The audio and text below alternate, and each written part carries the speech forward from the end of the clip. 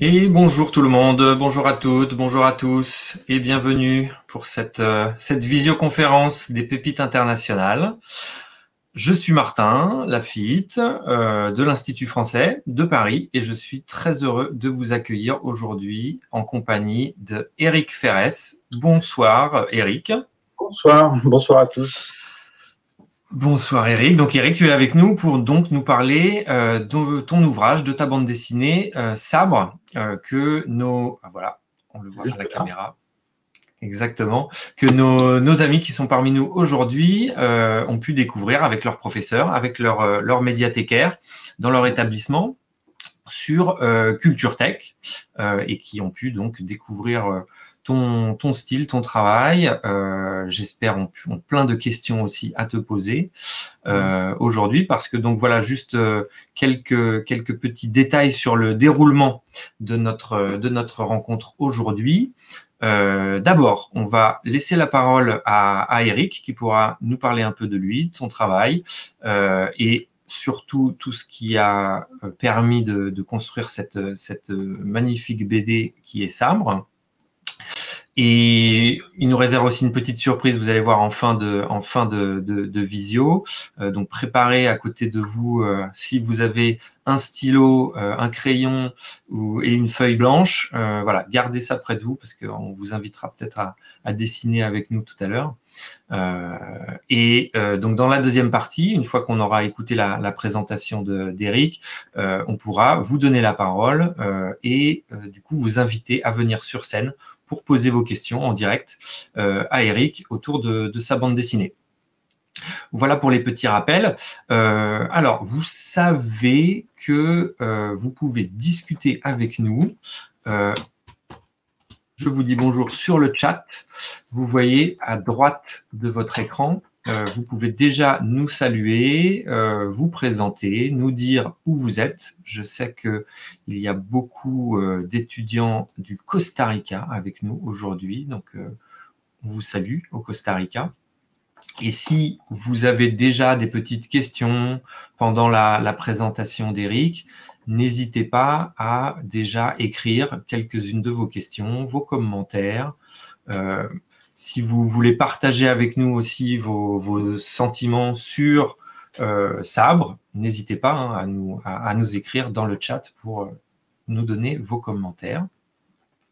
Et vous avez aussi une partie spéciale questions, si vous avez des choses plus spécifiques à partager avec Eric au niveau de vos questions. Voilà, ah tiens, on voit qu'il y a déjà José Maria qui nous salue de l'Alliance française du Costa Rica. Bonjour à vous. Voilà pour la petite introduction. Et donc, je vais pouvoir maintenant laisser la parole à Eric qui va nous parler de son travail. C'est à toi. C'est à moi. Alors, bonjour à tout le monde. Merci beaucoup d'être là. Ça fait très plaisir de partager ce moment avec vous. Pour vous parler de cet album, ou de moi un peu peut-être avant. Donc, Éric Ferrès. Moi, j'habite à Lyon, donc en France. Et Sabre, c'est mon tout premier album. Donc, ça ne veut pas dire que j'ai commencé à dessiner maintenant. J'ai toujours aimé dessiner. J'ai toujours dessiné, donc beaucoup de bandes dessinées, parfois des bouts de bandes dessinées inachevées, de quelques pages, parfois des albums quasiment terminés. Mais c'était quand même la première fois où je m'étais dit que j'allais m'y atteler pour de bon et puis travailler un projet que je présenterai à un éditeur pour en faire un vrai album. Donc, je peux peut-être vous expliquer comment est venu Sabre. Alors, au début, j'avais juste envie de faire un album. Je ne savais pas encore exactement comment faire. Et j'ai commencé par faire plein de petits dessins sur des bouts de feuilles. Et à un moment, entre les dessins que je faisais, il y a celui-ci qui est intervenu. Je vais vous le montrer, voir si ça marche. Voilà, alors ça ressemble un peu à ça. Ce n'est pas encore tout à fait ça. Il a une tête différente, des toutes petites oreilles. Mais j'avais fait ce petit animal tout bizarre qui venait de chasser une énorme biche beaucoup plus réaliste que lui. Et je trouvais l'idée bien amusante. Et, euh, et plus tard, quand j'ai vraiment décidé de faire un album, je me suis rappelé de ce dessin et je suis parti de cette image pour élaborer le projet, en me disant que j'allais faire un personnage tout tremblant, beaucoup plus naïf, entouré d'animaux et de nature, traité dans un dessin plus réaliste, et de voir un peu ce que ça donnerait, ce décalage. Sinon, je vous disais, moi j'ai longtemps dessiné, mais en réalité, avant de faire Sabre, avant de le commencer, j'avais arrêté de dessiner pendant 5-7 ans. Et je faisais qu'écrire, en fait. J'avais plus des envies de roman, alors j'écrivais tout le temps et je dessinais plus. De rares exceptions, dont ce petit magazine, qui est un petit fanzine, comme on dit, lyonnais, Komiki, qui m'avait demandé si je voulais bien y participer. Alors j'avais fait quelques pages. Je vais vous montrer. C'est à peu près les seules choses que j'avais dessinées les années avant Sabre. Et là, c'était l'histoire d'un petit chien pirate qui avait un énorme chapeau en forme de bateau. Voilà, c'était pour la présentation. Et il y a 5-6 pages de bande dessinée. Et voilà, c'est plutôt une bande dessinée muette aussi, assez simple avec ce petit personnage de petit chien. Voilà pour ce que j'avais pu réaliser juste avant Sabre. Voilà. Et c'est en le redécouvrant que je me suis aperçu que finalement, il y avait déjà un peu des amorces de ce qu'allait devenir Sabre, c'est-à-dire un personnage un peu mignon et assez naïf, entouré de décors beaucoup plus réalistes. Donc là, c'est une bataille navale. Voilà pour la petite présentation avant Sabre. Donc, je ne sais pas si on part sur des questions ou si...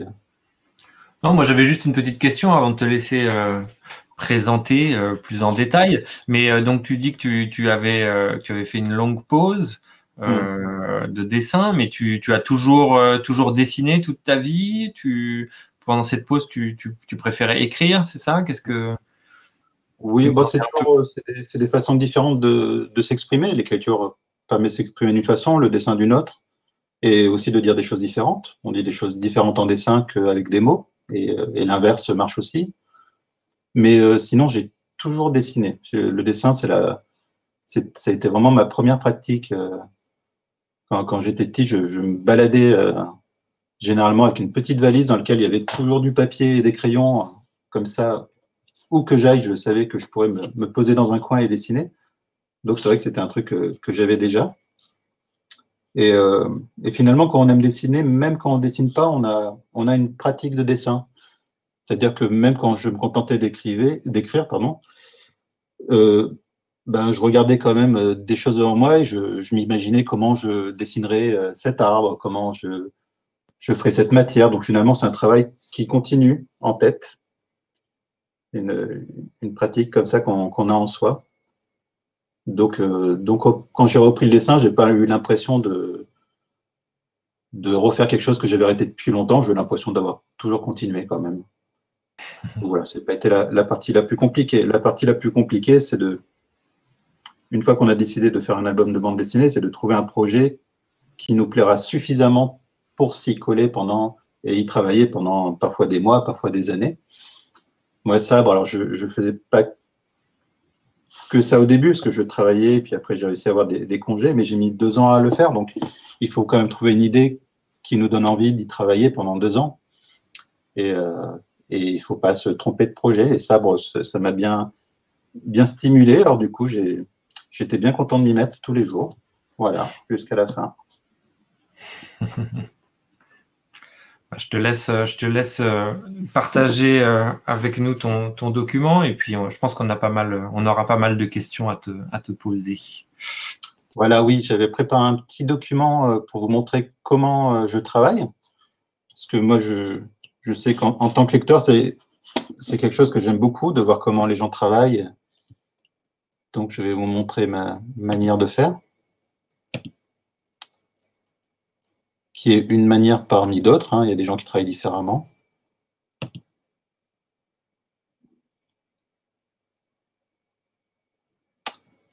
Voilà, donc hop, c'est un petit diaporama. Donc, comme vous le savez, Sabre raconte la vie d'un tigre dans le sable. Donc, il y a à peu près, c'est une période, le Pléistocène, qui a duré 2 millions d'années et qui s'est arrêté il y a environ 10-15 000 ans. Et mon idée en commençant ce projet, c'était vraiment plus que de raconter une histoire, j'avais très envie d'imaginer comment serait ce monde sauvage d'il y a 10 000 ans, d'imaginer les textures des animaux, des herbes, d'arriver à exprimer au mieux les sensations. C'est d'imaginer à chaque fois quand il y a Sabre qui est dans la forêt au coucher du soleil, en me demandant mais qu'est-ce que ça lui fait d'être là, dans cette savane, au moment du coucher du soleil, ou quand il commence à neiger, qu'est-ce que ça lui fait de marcher dans la neige, comment Sabre va se déplacer dedans. C'était ces choses-là qui m'intéressaient beaucoup. Et c'est pour ça qu'il y a finalement on voit qu'il y a, j'allais dire peu de texte, sinon il n'y en a pas du tout. C'était pour garder ce côté sauvage-là et qu'on se concentre plus dans la lecture sur l'émotion, sur la sensation et l'émotion. Voilà, là, dans les scènes de neige, toujours ces questions, comment représenter la fourrure des animaux avec la neige qui se fixe dessus. Ça, c'est des choses qui me plaisaient beaucoup. Voilà, avec cette scène qui est un peu plus vive dans l'album. Alors, vous l'avez peut-être remarqué, tout à l'heure, j'ai déjà répondu à des questions d'autres personnes. Il y a une question à laquelle je n'ai pas pu répondre et je l'ai vu apparaître dans le chat, qui me demandait pourquoi il y a des pages blanches dans l'album. Et en fait, ces pages blanches, au début, il y avait marqué chapitre 1, chapitre 2, chapitre 3, parce que je voulais faire en gros les 3 âges de la vie, c'est-à-dire l'enfance, l'adolescence et puis après l'âge adulte. Et c'était écrit, et puis à un moment, j'ai trouvé ça étrange d'écrire chapitre 1, chapitre 2, chapitre 3 dans un album où il n'y avait pas du tout de texte. Et je me suis rendu compte que de toute façon, on pouvait repérer ces chapitres et l'évolution de Sabre par ses dents. Vous l'avez sûrement remarqué, quand Sabre est tout petite, elle n'a pas du tout de dents. Ensuite, elle en a une. Et puis après, elle a ses 2 dents. Donc, ça suffisait à marquer les 3 périodes. Et j'ai laissé juste une page blanche pour le signaler. Donc, une fois que j'ai décidé de faire cet album et de partir sur cette idée-là, j'ai commencé alors, c'est difficile d'écrire tout de suite et d'avoir une idée d'histoire. Donc, moi, comme je l'écris, je le dessine et je mets la couleur. Je peux m'amuser à passer de l'un à l'autre. Alors là, j'ai préféré de dessiner toutes les idées qui me venaient en tête. Donc, faire par exemple, là, plein de dessins de Sabre pour essayer de trouver à quoi il allait ressembler, comment il allait se déplacer, comment Sabre pouvait s'asseoir, pouvait courir et comprendre un peu comment le faire bouger. Donc là, on voit, il y a des dessins un peu plus réalistes, d'autres. Voilà, c'est des dessins qui sont faits sans réfléchir. Juste, on dessine et puis on se dit, tiens, celui-là, il est pas mal, on repart de celui-là, on l'améliore et on continue comme ça. Voilà, encore, là, on voit. Je lui fais faire des petits mouvements un peu dans tous les sens, dormir pour voir ce qui est possible de faire avec ce petit personnage.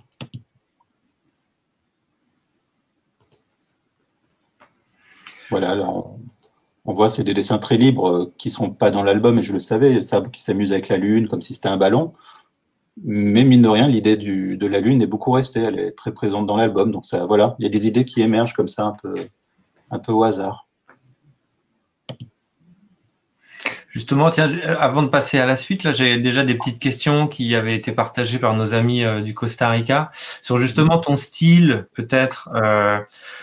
Combien de temps ça t'a pris justement pour développer ce style déjà, et après plus particulièrement sur Sabre, dans tes études là dont tu parles justement, est-ce que tu as beaucoup observé des scènes d'animaux sauvages avant de dessiner la BD? Est-ce que tu t'es beaucoup renseigné sur l'anatomie animale? Voilà, comment tu t'es un peu pris? Oui, cette question, je me l'ai suis posée forcément aussi. Alors pour le temps, c'est difficile de dire combien de temps on a mis pour avoir un style. Moi, je pense que j'ai pas encore un style, ça vient un peu. Et, mais c'est un peu comme l'écriture manuscrite. Lorsqu'on écrit, combien de temps on a mis pour avoir son écriture et pourquoi elle ressemble à ça et pas à autre chose, on ne sait pas trop. C'est à force de pratiquer, on finit par développer des façons de faire. Voilà, pour des façons de tenir son crayon. Tous les dessinateurs ne tiennent pas leur crayon exactement pareil. C'est des petites choses qu'on ne choisit pas. C'est à force de travailler. Ben, parfois, on aimerait avoir le style de quelqu'un d'autre, mais on a le sien. Ben, voilà, on avance avec. Et ton autre question, pardon, c'était sur… Si tu t'étais beaucoup renseigné justement sur l'anatomie animale, comment tu y étais pris justement pour ouais, dessiner autant d'animaux aussi précisément? Alors, une fois que je suis parti du coup de ce fameux dessin et que je me suis dit que j'allais partir sur de ça, au tout début, j'ai pas dessiné un tigre à dents de sable, j'ai dessiné un petit personnage qui ressemblait à une petite panthère avec des grandes dents. Et, mais tout de suite, en le dessinant, je me suis dit, tiens, c'est rigolo, il a une tête de tigre à dents de sabre. Et à partir de là, et décidant d'en faire une histoire, je suis allé me renseigner. Je suis allé voir les tigres à dents de sabre. Je connaissais un petit peu, mais pas dans les détails. Donc, je suis allé creuser le sujet. Et du coup, de voir que, il avait vécu ce qu'il y a 10 000 ans, comme les mammouths, voir un peu son rythme de vie, tout ça. Et du coup, ça m'a donné plein d'éléments pour mon histoire. Par exemple, le Pléistocène, cette période-là d'il y a 10 000 ans, elle s'est terminée parce que il y a eu ce qu'on appelle la grande glaciation. Il a commencé à faire très, très froid sur toute la planète, en tout cas sur une bonne part. Et la glace est descendue très, très loin sur le monde. Et tout ça, du coup, moi, je l'ai repris, ce plaisir de dessiner la glace, la neige. Mais tout ça, ça vient du réel, des éléments du réel. Ensuite, pour ce qui est de dessiner des animaux, bon, Sabre, ça, c'est un personnage évidemment inventé. Mais pour les animaux plus réalistes, alors on n'a plus de mammouth, malheureusement, on n'a plus de tigres à dents de sabre à observer, mais on a des tigres et on a des éléphants qui se déplacent à peu près pareil, donc on peut s'y référer. Et alors, j'ai pas tellement regardé de photos, mais j'ai regardé beaucoup de documentaires animaliers. Parce que dans les documentaires animaliers, on voit l'animal bouger vraiment dans toutes les positions, ce qui n'est pas le cas en photo quand on cherche des photos d'animaux. Généralement, les animaux sur les photos, on les voit dignes, on voit des tigres dignes et puis de face. Alors que moi, quand je dessine, et puis vous aussi, peut-être si vous dessinez, parfois on a besoin de voir comment c'est derrière l'animal, comment c'est un peu en dessous, un peu au-dessus. Et on a besoin de plein de positions qu'on ne trouvera pas en photo. Mais en documentaire, il suffit déjà d'observer comment les animaux se déplacent. Ça, on apprend beaucoup de choses. Et puis après, de faire des pauses pendant la vidéo pour regarder des positions un peu particulières. Moi, j'ai essayé au mieux de mettre des positions un peu étranges, voilà, pas trop photographiques. Quand les tigres se déplacent, de voir comment mettre leurs pattes sans que ce soit trop figé et de jouer un peu là-dessus. Donc, évidemment, beaucoup de documentation pour quand même que le projet tienne et que l'histoire ait un sens. Donc, je continue. Bah oui, merci pour la réponse. Très bien. Donc, je voulais vous montrer un peu les outils que j'utilise. Alors, moi, j'utilise des outils très classiques, donc un crayon, une gomme, une plume. Les plumes, donc c'est les plumes en métal qu'on utilisait pour écrire avant le stylo plume et le stylo.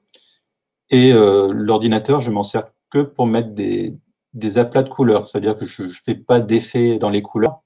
Je mets vraiment soit que du rouge, que du bleu, que des masses, comme ça. Et je vais vous montrer. Donc voilà, en bleu, c'est un crayon tout banal, hein, c'est rien de spécial. Le crayon noir, les crayons noirs qui sont juste en dessous, c'est du fusain. Donc c'est du charbon, en fait. Mais sous forme de crayon, parce que c'est quand même moins salissant pour travailler. Et ça, je m'en sers pour faire des textures, pour donner l'impression de poils, pour faire l'écorce des arbres, les ombres. Je travaille avec ça. Et le fusain, je le mets après avoir fait mon ancrage, c'est-à-dire là, on voit la petite tête de sabre. Et ça, c'est fait à la plume et avec de l'encre de Chine. Voilà, tout tout simplement. Pour écrire mon scénario, comme je ne l'écris pas avec des mots, mais je le dessine, ce que je fais, c'est que je pars, je vais vous montrer juste à la main comme ça, et après je vous montrerai sur l'ordinateur. En fait, je prends des feuilles, voilà, des feuilles d'imprimante, et je dessine, voilà, plusieurs petites cases. En fait, chaque case représente une page de l'album. Et dedans, on peut voir, là, il y a 4 cases. Voilà, là, il y en a 3. Et en même temps que je dessine, j'invente mon histoire. Je me dis, tiens, bon, bah, là, je vais faire une grande case de nature, et puis après, là, il y a la lune, et puis après, le personnage arrive, etc. Et j'avance comme ça pour faire mon histoire. J'en dessine, je fais 3-4 pages comme ça fait une séquence. Et à partir de là, je vais me mettre à dessiner les pages qu'on retrouvera dans l'album. Donc, on peut repartir sur le document. Voilà. Et puis parfois, je note déjà des petites indications. Je me dis, tiens, là, j'aimerais que le ciel soit rouge ou soit un joli bleu ou jaune. Voilà, je note déjà mes idées. Donc là, on voit ce que je viens de vous montrer. C'est du coup les petites cases qui représentent une page. Donc à chaque fois, on a 9 pages déjà sur une feuille. Et vous pouvez voir là sur celle-ci, il y a une flèche qui rejoint sur la gauche. Et parce que en faisant ça, j'ai décidé que cette page-là, elle fonctionnerait mieux avant celle qui était avant. Donc voilà, ça me permet de changer l'ordre, de voir déjà si ça peut fonctionner comme histoire. Voilà, du coup, je dessine tout l'album de cette façon. À partir de là, je vais agrandir ces cases au format de mon dessin final et je vais, selon la complexité de la page, je vais plus ou moins retravailler le crayonné. Alors, quand il y a beaucoup d'animaux, il y a des scènes où il y a beaucoup de tigres, par exemple, là, je suis obligé de m'arrêter un peu plus longtemps au crayonné parce qu'il faut vraiment qu'il soit bien placé au bon endroit. Quand c'est des décors de nature, je peux un peu plus improviser. Donc voilà, tous mes crayonnés ne sont pas tous poussés au même niveau. Ça, c'est pas un crayonné, c'est vraiment la petite case qu'on a vue avant sur les pages, avec les 9 pages, que j'ai agrandi pour voir un peu si tout est à sa place. Et généralement, si ça me convient, je pars de là pour avancer et finaliser. Donc ça, c'est la même chose. Là, on voit que j'ai marqué soleil couchant en bas pour me souvenir que je voulais que la nuit tombe à ce moment-là. Parce que parfois, on fait ces petites cases, mais on ne les dessine pas tout de suite, on les dessine des semaines après. Là, on voit que j'ai mis beaucoup d'animaux et que j'avais envie de les travailler un peu plus. Donc, mon crayonné est plus poussé, j'ai pris un peu plus de temps.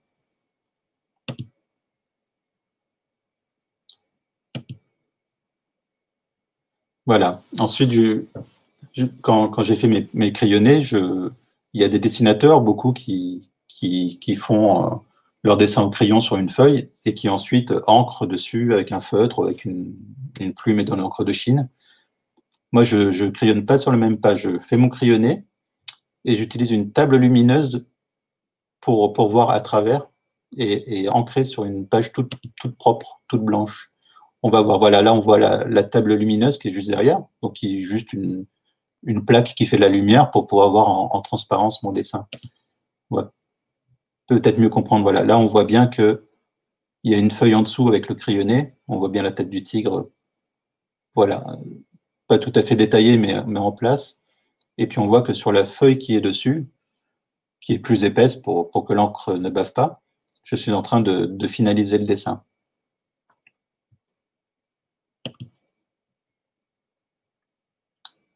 Voilà, toujours les couleurs qui sont en dessous sur un crayonné, et puis l'ancrage sur la feuille qui est posée dessus.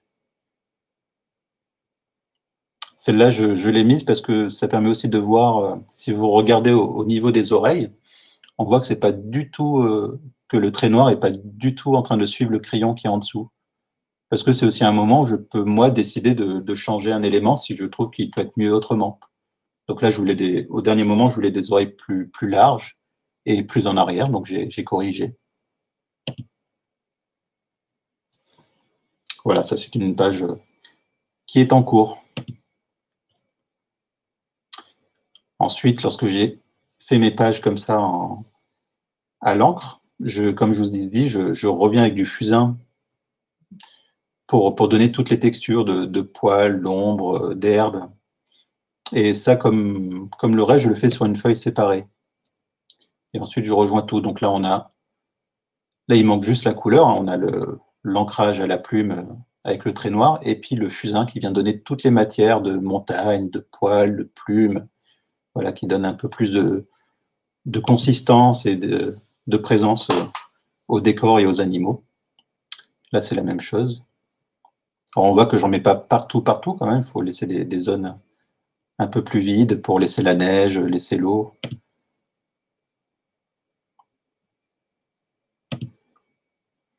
Et je vais vous montrer quelques exemples, du coup, des étapes que ça représente.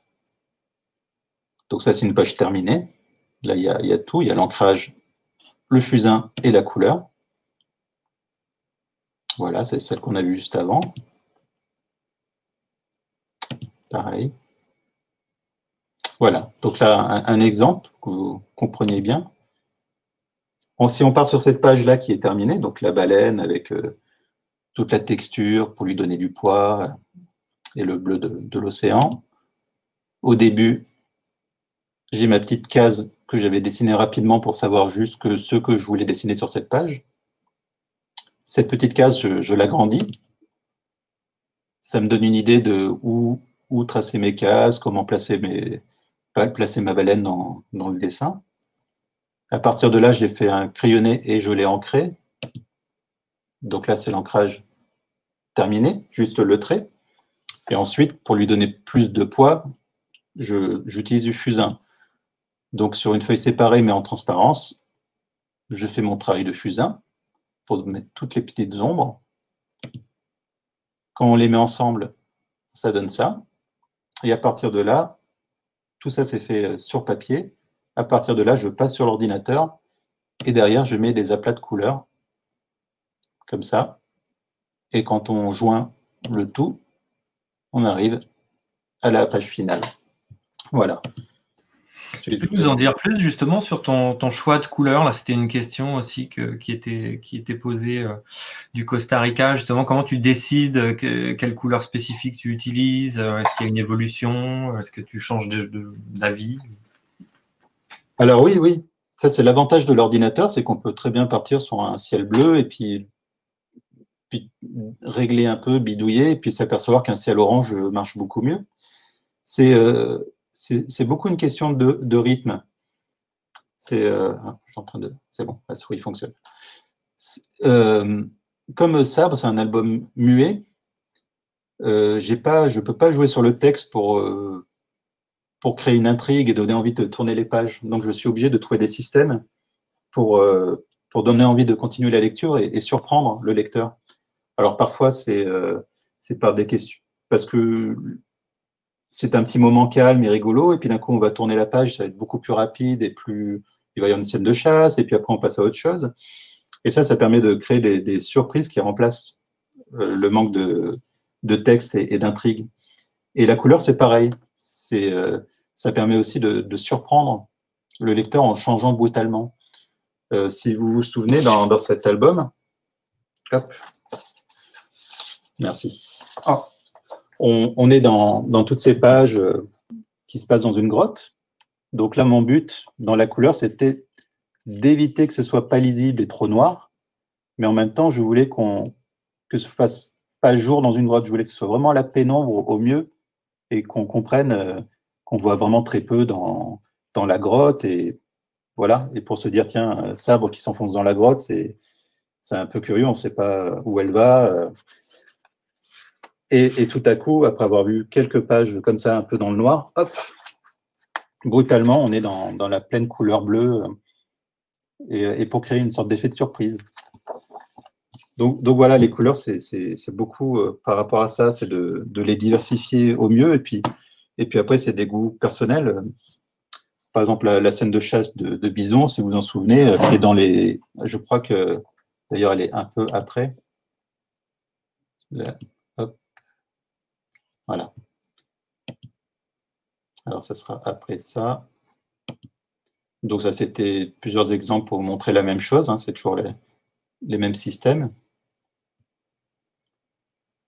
Et juste après, il y a la scène de chasse de bison.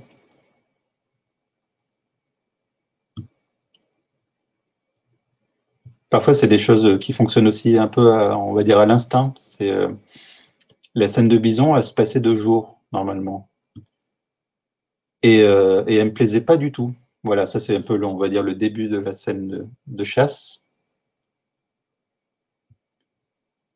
Tout ça, c'était 2 jours, le ciel était bleu, l'herbe était verte, et je trouvais que le dessin était moche, je ne comprenais pas pourquoi, ça ne marchait pas, ça durait quelques semaines.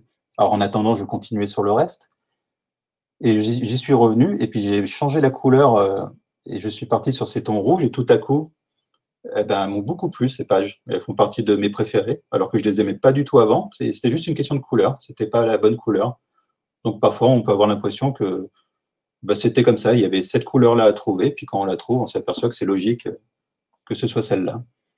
Et puis ça met une ambiance très particulière à cette scène de chasse, le fait que la nuit tombe, ça crée une atmosphère plus forte.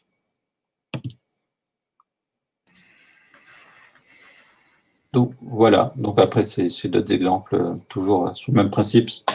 On va peut-être pas aller c'est super intéressant, en tout cas ces explications. J'espère que ça a éclairé aussi tout le monde qui peut peut-être se poser la question un peu de ton style et comment tu avais réussi à faire un tel travail de titan. Eh ben, ça c'est. Alors, je vais justement, ben, on a vu, donc je montre un petit peu. Voilà, sur les feuilles, ça donne ça. C'est vraiment du papier tout simple sur lequel je fais mon crayonné quand j'ai besoin de. Voilà, si vous vous souvenez de cette scène. Voilà, là j'avais besoin de détailler un peu plus avec tous ces petits poissons. Il fallait vraiment que je sache comment les ordonner. Donc j'ai fait un crayonné un peu plus poussé.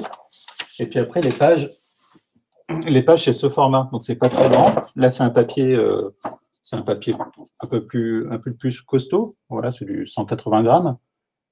Et alors là, on voit que j'ai corrigé, j'ai mis du correcteur, voilà, de la gouache blanche parce que je trouvais que c'était mieux sans cette partie. Ça, c'est la page finale. Et c'est vrai qu'à la fin, ça c'est le plaisir aussi, à la fin, quand on a fini l'album, on s'aperçoit qu'on a fait son petit bonhomme, mais qu'il a fallu faire ça quand même pour l'obtenir. Hop. Donc voilà, jour après jour, on avance le projet.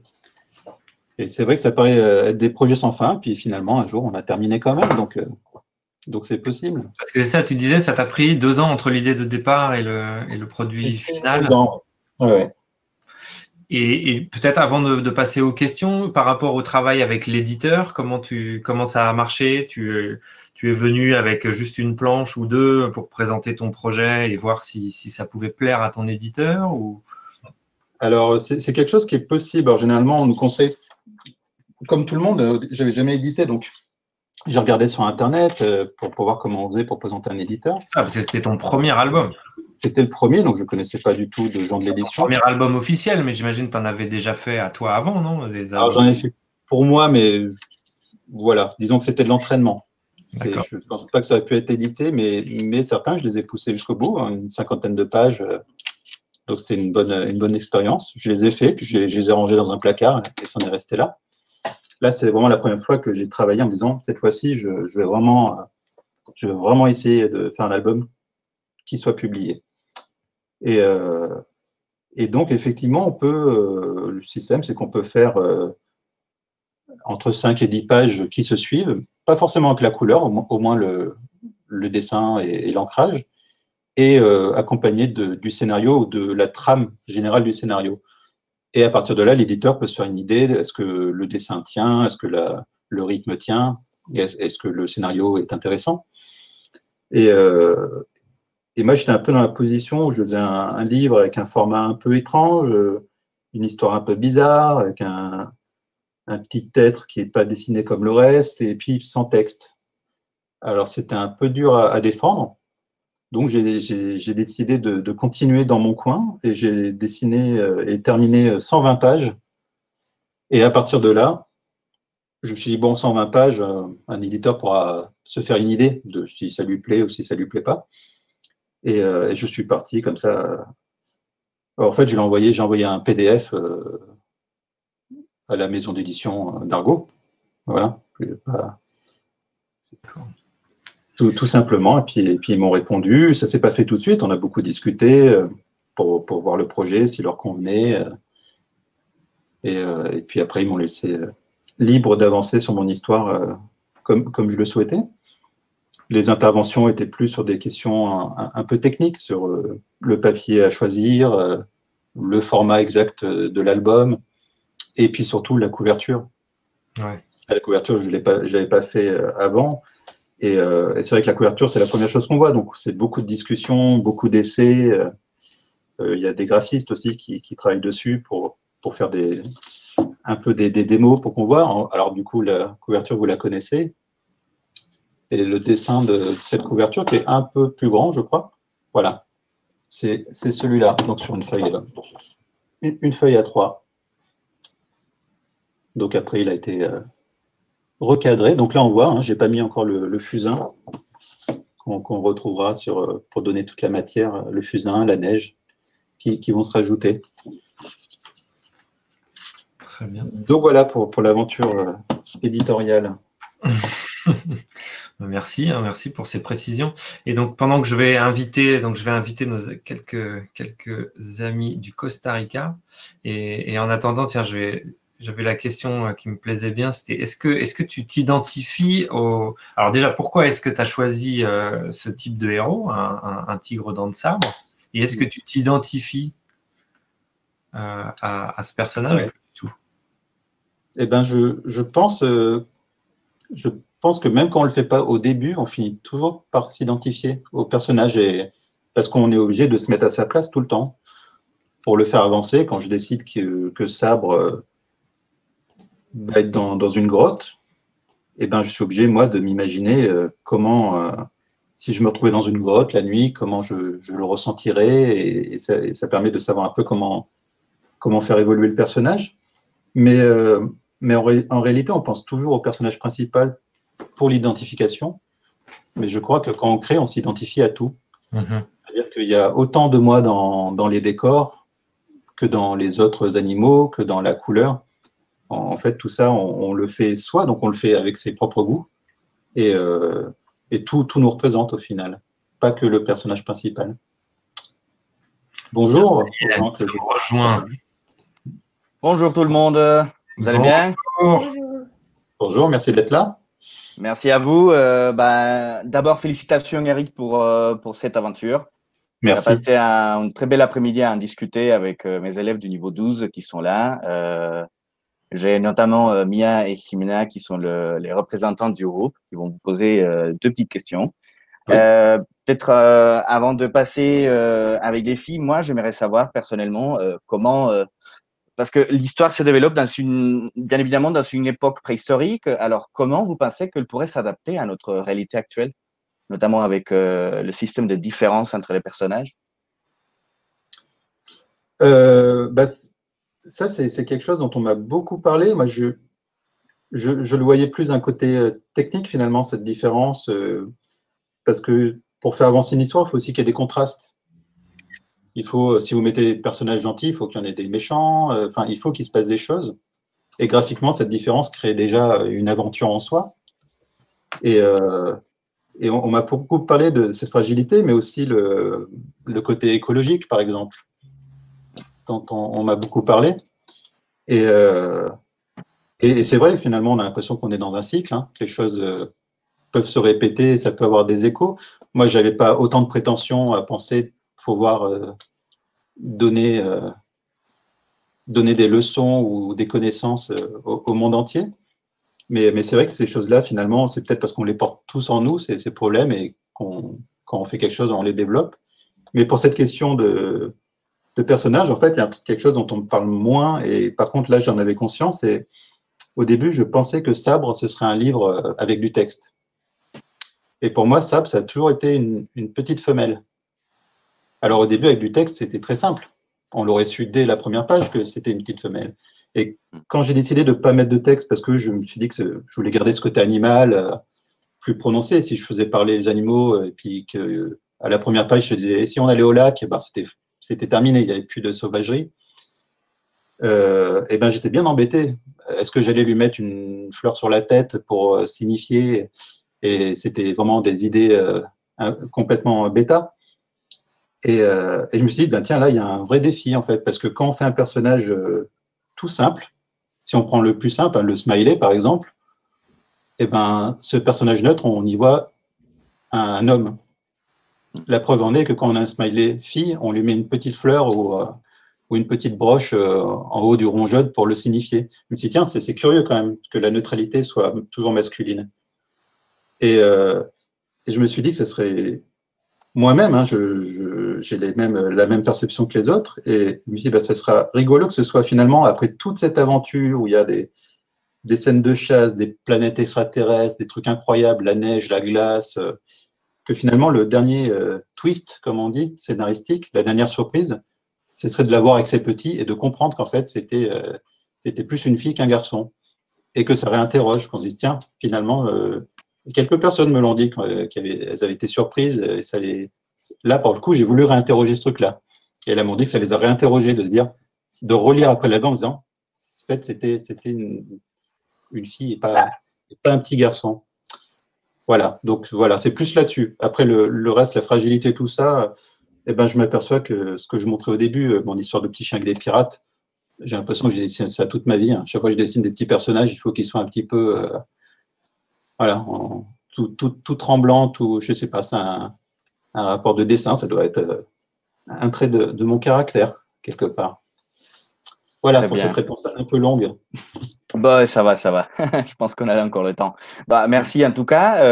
Je le voyais pas du tout de ce côté-là des différences entre mâle et femelle. En tout cas, mâle femelle, les enfants, ils ont adoré, ils ont trouvé mignon le personnage, esthétiquement parlant, ses gestes et tout. Et donc, on a bien rigolé. Et je laisse plutôt passer les filles qui ont des questions. Merci, Volontiers. Eric. Merci à toi. Je vous écoute. Bonjour. Bonjour. Bon, je voudrais vous demander quelle a été l'inspiration pour cette BD? Pourquoi tu as choisi de le faire comme ça? Eh ben, alors ça, c'est la complexité, c'est qu'à la fin, on voit ça, et puis on se dit, c'était quoi l'idée qui a fait qu'il a fait tout ça?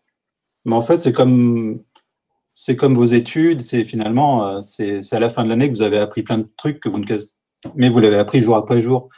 Et l'album, c'est un peu ça. Moi, j'ai eu une idée de départ. Je savais que je voulais faire ce petit personnage dans un monde plus réaliste, que ça se passerait il y a 10 000 ans avec les mammouths, et parce que j'avais très envie de dessiner tout ça.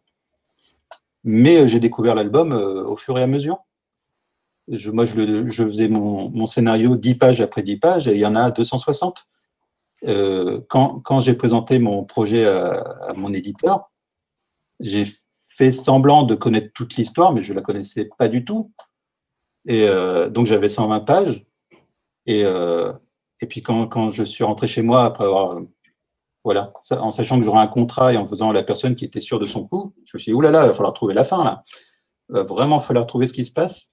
Mais finalement, ça se fait étape par étape. Voilà, donc c'est pas une idée où je connaissais tout du début à la fin. Et puis, ce serait ennuyeux quand même de passer 2 ans en connaissant exactement ce qu'on a à faire. C'est bien de découvrir, de se dire, tiens, là, je mettrais bien des planètes et des petits crabes par milliers qui vont traverser une plaine. Et voilà, c'est des choses que je n'avais pas prévues. Et puis, quand on a l'idée, tout à coup, on a envie que ce soit le lendemain pour aller le dessiner. Donc ça, c'est bien à entretenir. Si je peux juste interrompre, c'est une réflexion. Merci beaucoup pour ta question, hein, Mia, parce que c'est une question qui revient depuis le début de ces visioconférences sur l'inspiration, le message, qu'est-ce que vous avez voulu transmettre avec votre album. Et moi, ce qui me frappe beaucoup, ce qui m'interroge beaucoup, c'est qu'en fait, on découvre que les artistes font leurs albums aussi pour le plaisir et n'ont pas forcément toujours un message très intellectuel ou qui veut un message philosophique à faire passer, et que en fait c'est nous qui interprétons beaucoup les choses et qui ressentons avec notre propre personnalité ce qu'on nous donne à lire et à regarder. Donc ça je trouve ça très, très intéressant, en fait, de se dire que, en fait, du côté du créateur, c'est beaucoup une notion de plaisir, en fait. Ouais, le créateur, finalement, je pense souvent, il essaie d'avoir le même rapport que le lecteur. C'est-à-dire qu'en même temps qu'il a l'idée, il la découvre. Et puis il se dit, tiens, mais qu'est-ce qui va se passer après? Et il découvre, il faut être son propre lecteur. Si on n'a pas de plaisir ou ce qu'on dessine, on ne le trouve pas très intéressant, il y a des chances que personne ne le trouve très, très intéressant. Et voilà, mais il faut se faire confiance. Enfin voilà, on signe un contrat, il faut le faire, mais il faut se faire confiance. On trouvera l'idée. Parfois, ça met plus de temps, parfois moins de temps. Alors, quand je trouve pas d'idée de scénario, ben, je vais faire des petits dessins dans un coin. Et finalement, il y a un dessin qui m'amuse. Je peux très bien dessiner un petit crâne et dire, ah tiens, ben, c'est ça que je veux faire maintenant. Et puis ça délie l'histoire.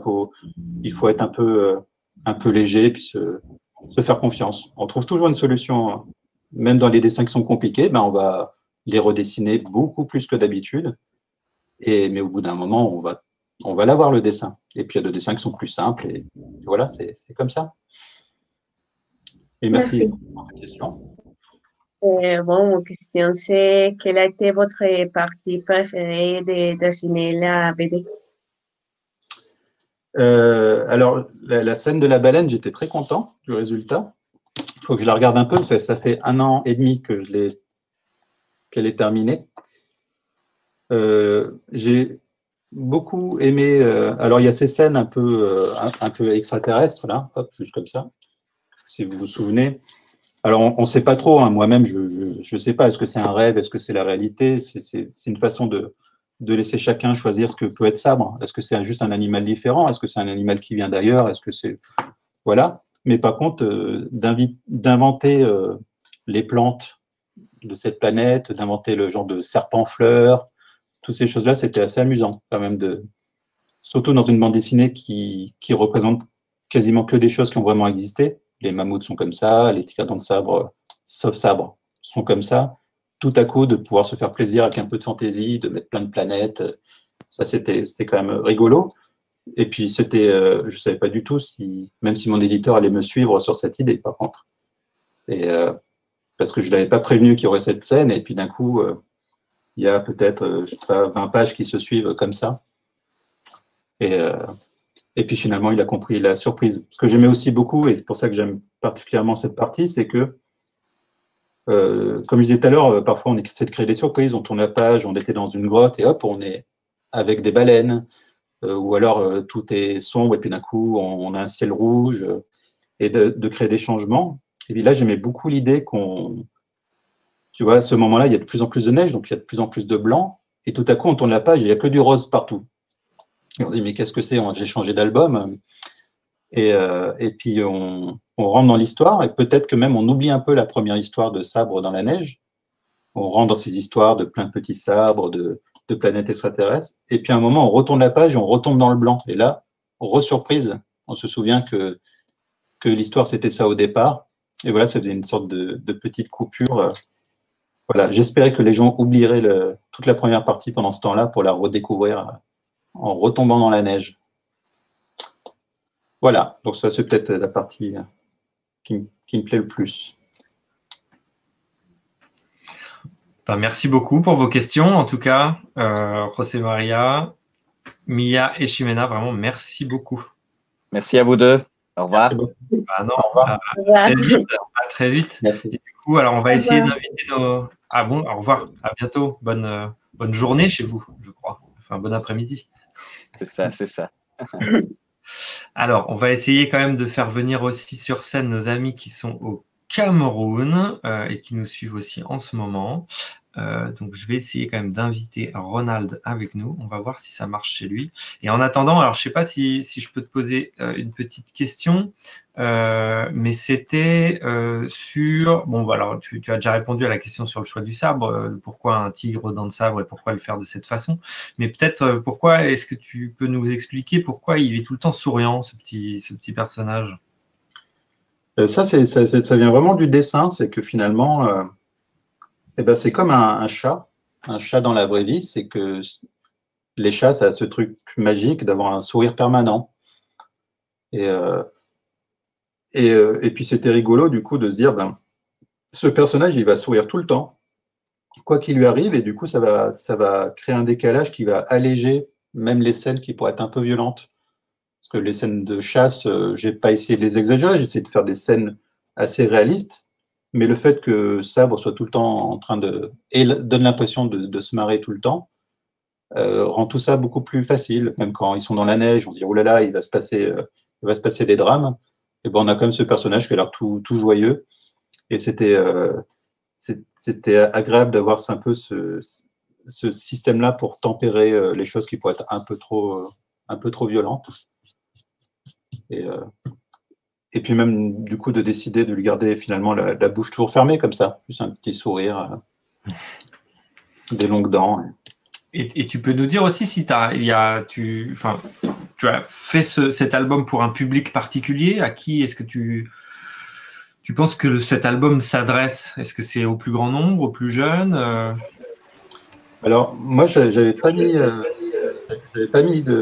d'idée d'âge. J'étais très surpris d'ailleurs quand il s'est retrouvé dans cette sélection pour la jeunesse. Je me disais tiens, c'est quand même plus dur pour les jeunes que ce qui était à côté, qui était plus jeunesse. Mais content d'y être et de découvrir tout cet univers. Et moi, quand on me pose la question, je réponds généralement, comme j'essaie de faire une sorte de documentaire animalier, je réponds aux gens que si leurs enfants peuvent regarder un documentaire animalier dans lequel il y a toujours des scènes de chasse, des animaux qui sont mangés, et puis voilà, et des scènes plus calmes. Moi, je vais pas plus loin. Donc, si un enfant n'est pas heurté par un documentaire animalier, il est tout à fait capable de lire ça. Je pense même plus facilement parce qu'on est on n'est pas dans la réalité, on est dans une fiction avec un personnage qui est pas réaliste, donc c'est quand même plus léger. Donc, voilà. Merci beaucoup. Et bonjour Ronald, bonjour Douala. Oui, bonjour Martin. Bonjour à tout le monde. Bonjour Eric. Bonjour. Voilà, j'espère que vous m'entendez. On a eu de sérieux problèmes de son dès le début de la visioconférence. C'est un peu dommage. On n'a pas pu avoir l'occasion d'écouter complètement votre brillante présentation, je suppose. Avec les jeunes ici, on avait pris le temps d'examiner l'œuvre ensemble. Ils avaient trouvé ça très intéressant. Malheureusement, ceux qui devaient intervenir pour des problèmes techniques n'ont pas pu. Vous savez, c'est pas facile ici chez nous. Mais je voudrais vous féliciter déjà pour cette excellente œuvre. Voilà, et j'avais des questions, mais je pense que ceux qui sont passés avant moi ont déjà abordé. La question, c'était notamment sur la source d'inspiration. C'est vrai que Martin en a parlé ici. Aussi de savoir que c'est peut-être votre premier album officiel va certainement me stimuler parce que je suis un passionné. Je fais pour le plaisir. Et savoir que c'est la première motivation qui vous a poussé à faire cette œuvre, c'est très encourageant. Et je vous souhaite de bonnes continuations. Ça a été un plaisir de pouvoir lire cette œuvre. Félicitations à vous. Vous-même, vous dessinez?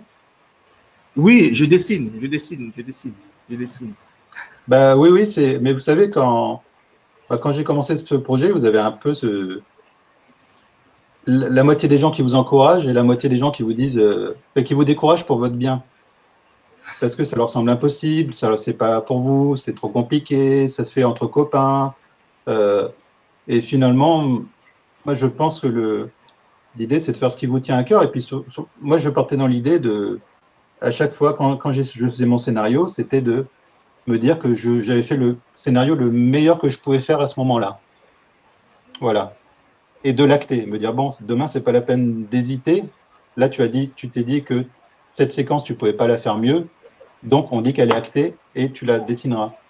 Après, je l'ai crayonnée du mieux que je pouvais en mettant toute mon énergie. Et puis, une fois que j'étais OK avec moi, je considérais que même si le lendemain, j'allais hésiter, parce qu'on hésite toujours, me dire non, tu as fait du mieux que tu pouvais et tu t'es dit que là, ça allait très bien. Et faire ça à chaque étape. Et finalement, à force d'avancer chaque page en essayant de faire au mieux, vraiment en mettant toute sa concentration et toute son énergie là-dedans, même si après on peut revenir et corriger des petites choses. Moi, à la fin de l'album, évidemment, le personnage a changé, donc je suis revenu sur une page d'avant et j'ai corrigé avant de donner tout ça à mon éditeur.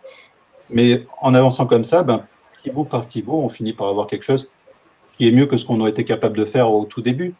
Donc, il ne faut pas trop hésiter. Puis moi, finalement, cet album qui est très bizarre, surtout pour Dargaud, parce que Dargaud, c'est quand même plus connu pour des albums classiques, dans des formats classiques. Et moi, je suis arrivé avec un format qu'on appelle à l'italienne, donc tout allongé, sans texte, avec une narration bizarre, et puis qui fait 260 pages. Ça a été une découverte pour moi. Voilà, et que j'ai envoyé par mail, en regardant l'adresse sur Internet, et puis en envoyant comme ça. Donc finalement, ça a interpellé la première personne qui a ouvert le mail, qui l'a montré à d'autres gens pour leur montrer, voilà. Et puis, quand c'est arrivé tout en haut vers les éditeurs, il y en a un qui a voulu en savoir plus, et puis on a discuté. Donc, tout est possible. Je pense tant qu'on met vraiment tout ce qu'on a dans le projet, parce que c'est beaucoup de temps, donc beaucoup d'énergie, donc beaucoup d'argent aussi, parce qu'on le consacre à ça, autant y mettre tout ce qu'on est capable d'y mettre pour que le projet fonctionne le mieux. Et en fait, dans sa tête, d'une certaine façon, d'essayer de faire quelque chose d'irrefusable. Ou s'il est refusé, que ce ne soit pas sur sa qualité, mais sur, on a déjà quelque chose comme ça, ou ce n'est pas notre ligne éditoriale, mais que ce ne soit pas, moi, le pire qui aurait pu m'arriver, sur un premier album, et je commence un peu tard finalement dans le milieu, ça aurait été de recevoir une lettre qui me disait « C'est pas mal, si vous avez un autre projet, un autre album, on est intéressé à avoir. » Là, ça aurait été catastrophique. Je préfère qu'on me dise « Non, c'est pas pour nous » ou « Écoutez, ça nous intéresse, on voudrait en parler un peu plus. » Donc, il faut vraiment avoir confiance en soi là-dessus et y aller. Je vous souhaite toute la chance du monde et beaucoup de plaisir à dessiner.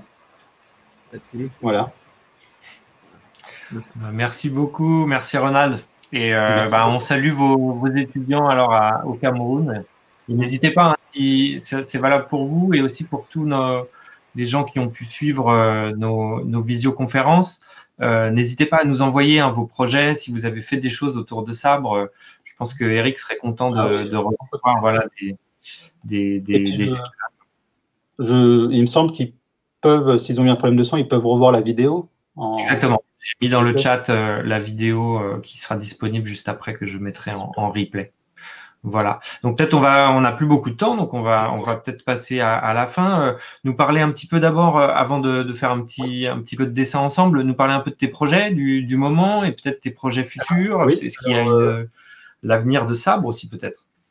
Alors Sabre, c'était vraiment l'idée d'en faire un volume et d'arrêter là, de rester sur cette fin un peu ouverte et mystérieuse. Mais là, je voulais pas devenir forcément le spécialiste des animaux sur des BD sans texte. Alors, je décidais que j'allais prendre le revers, puis c'est un défi pour moi aussi de faire tout à fait différent, parce que là, ça y est, je savais comment dessiner ça, j'aurais pu continuer.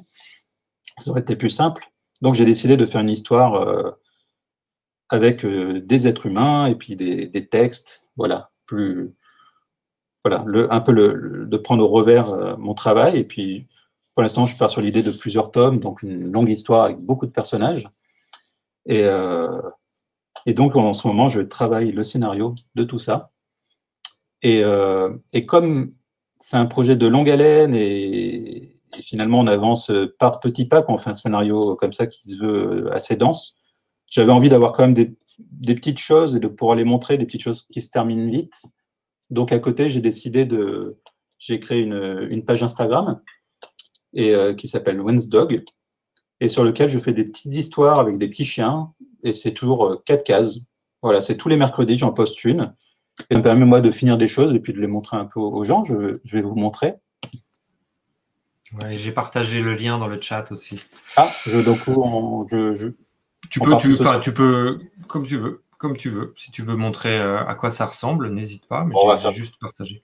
Ok, on va faire juste 2-3 cases, et puis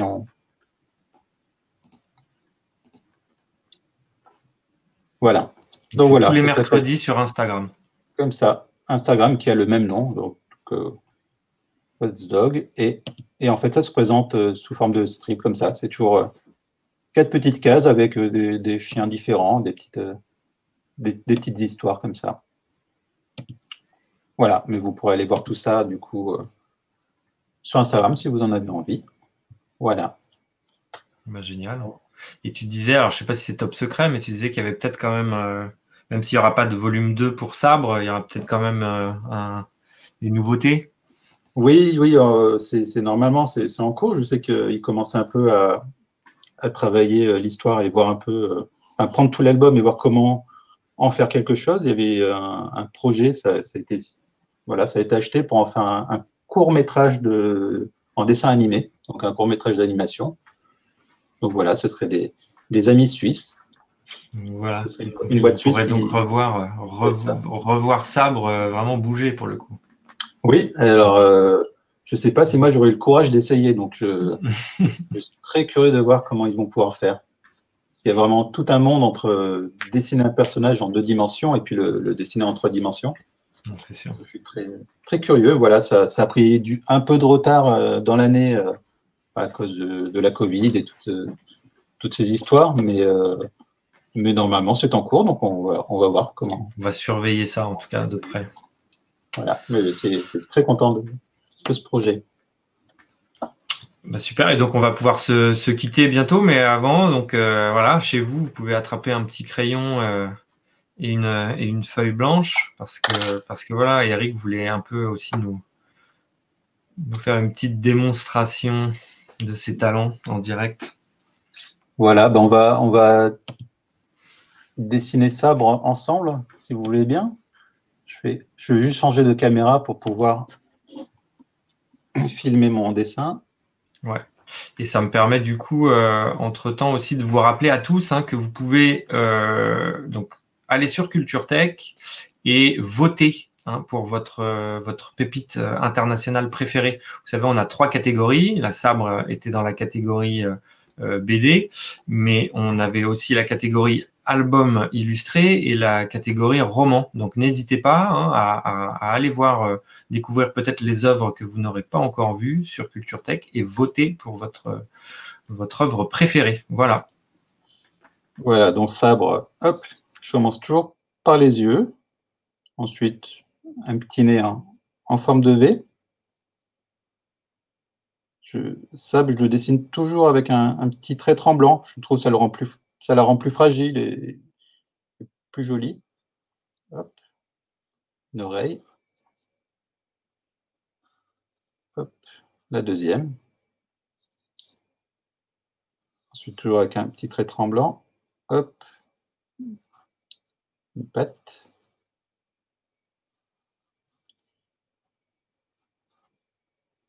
Une deuxième. Ensuite, je fais une partie de son dos.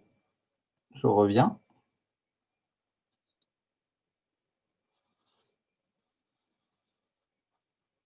Une patte arrière.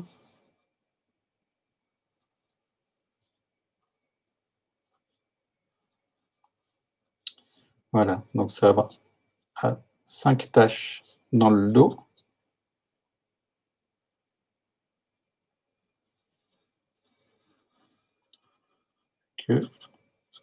Et 3 petites taches. Voilà, pour Sabre. Ah ben j'oublie ses dents. Donc une dent comme dans la deuxième partie de l'album et 2 dents quand Sabre est adulte. Donc voilà comment je fais Sabre. Voilà, comme ça vous pouvez vous entraîner à faire Sabre à la maison. Voilà. En tout cas, encore une fois, un grand merci à toi, Eric, pour ce moment passé en notre compagnie. Je vois que tu repasses sur ta caméra pour revenir avec nous. Voilà, encore un grand merci en tout cas d'avoir passé ce moment avec nous. J'espère que chez vous, au Costa Rica, en Cameroun, ça s'est bien passé, que vous avez apprécié. Et je te laisse du coup le mot de la fin, en tout cas, avant de nous retrouver. Peut-être l'année prochaine, tu auras peut-être la chance de partir voir nos amis. On ne sait jamais si des invitations sont lancées pour participer à des salons ou des ateliers à l'étranger. En tout cas, Avec beaucoup de plaisir, mais déjà, je voudrais remercier toutes les personnes qui ont pris du temps pour être avec nous ce soir. J'ai vu qu'il y avait des petits problèmes au début pour se connecter, donc désolé, mais merci d'être resté, d'avoir résisté. Et puis voilà, si dans quelques-unes de ces personnes, des gens ont envie de dessiner, j'espère que ma petite expérience d'édition pour leur montrer que c'est tout à fait possible et qu'ils y aillent, qu'ils n'hésitent pas. Il faut s'accrocher, en tout cas. Ne pas hésiter. À s'accrocher et à le faire. Ben, merci encore pour ce message et à très vite alors et à bientôt tout le monde. Merci, au revoir tout le monde.